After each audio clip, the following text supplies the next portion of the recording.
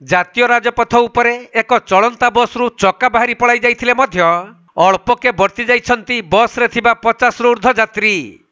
ଏପରି ଘଟଣା ଘଟିଛି 16 ନମ୍ବର ଜାତୀୟ ରାଜପଥର ସୋର ଥାନା ବିଦୁ ଓଭରବ୍ରିଜ ନିକଟରେ, ଯାହାକି ବାଲେଶ୍ୱରରୁ ଧାମରା ଯାଉଥିବା ଝାଡେଶ୍ୱର ବସ୍ରୁ ରାସ୍ତା ମଝିରେ ପଛ ଚକା ବାହାରି ପଳାଇଥିଲା। ଏପରିକି ବସ୍ର ଡାହାଣ ପାଖର ଦୁଇଟି ପଛ ଚକାରୁ ଗୋଟିଏ ସମ୍ପୂର୍ଣ୍ଣ ବାହାରି ବହୁ ଦୂରରେ ପଡ଼ିଥିବା ବେଳେ ଅନ୍ୟ ଗୋଟିଏ ଚକାରେ ମାତ୍ର ଗୋଟିଏ ବୋଲ୍ଟ ଲାଗି ରହିଥିଲା। ତେବେ ବସ୍ଟି ଅତି ଦ୍ରୁତ ଗତିରେ ଥିବାରୁ ବହୁ ଜୋରରେ ଥରି ଉଠିଥିଲା ବସ୍ଟି।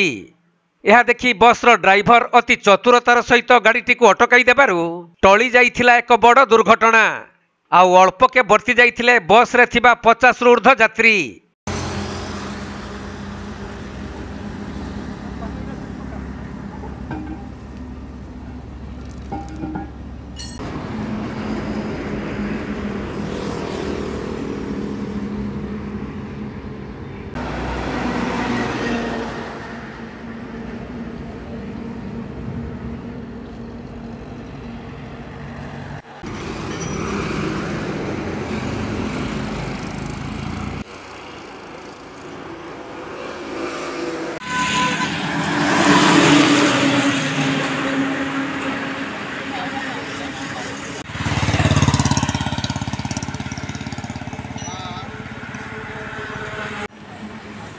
ବାଲେଶ୍ୱର ଜିଲ୍ଲା ସୋରରୁ ସୁମନ୍ତ ଦାସଙ୍କ ରିପୋର୍ଟ, କୋଣାର୍କ ଲାଇଭ୍।